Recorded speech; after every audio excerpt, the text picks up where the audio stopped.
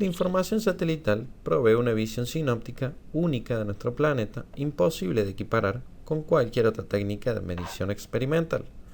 Si bien el rango del espectro que nos resulta más familiar es sin duda la región visible, es posible inferir más información a partir de otras regiones del espectro electromagnético.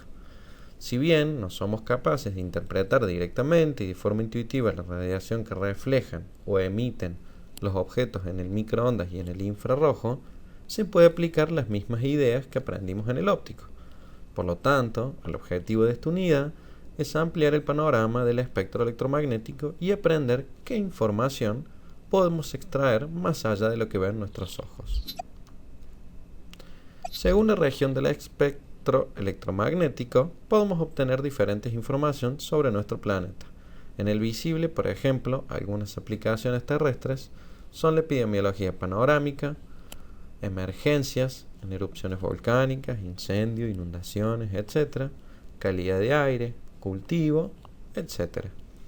Otras aplicaciones son el estudio de nuestros mares y costas, también conocido como el color del mar, que intenta identificar el tipo y concentración de sustancias presentes en las superficies de mares y océanos, como por ejemplo la concentración de algas, sedimentos, turbidez, etc.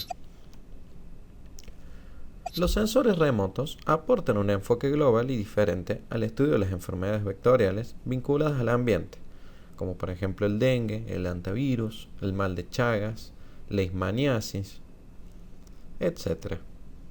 El impacto ambiental es indiscutible en la abundancia de mosquitos. El problema involucra tanto el cambio ambiental a gran escala, por ejemplo el climático, como a microescala, como por ejemplo el crecimiento urbano desorganizado.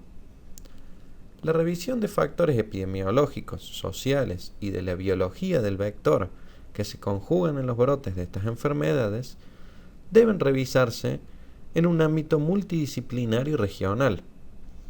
Los reportes epidemiológicos demuestran la necesidad de una nueva definición de prioridades, sistemas de alerta y manejo de la prevención y control de estas enfermedades. La información geoespacial aporta gran cobertura y disponibilidad de datos a gran escala y una mirada de análisis única a los datos de mediana escala o urbanos. La integración de los mismos en sistemas de información geográfico y análisis de nuevos modelos e indicadores de riesgo. En el infrarrojo podemos inferir la temperatura superficial sobre la superficie terrestre y marina. En el microondas podemos, por ejemplo, obtener aplicaciones sobre la superficie del mar como salinidad, hielos, viento, lluvia, a través de sensores pasivos en microondas.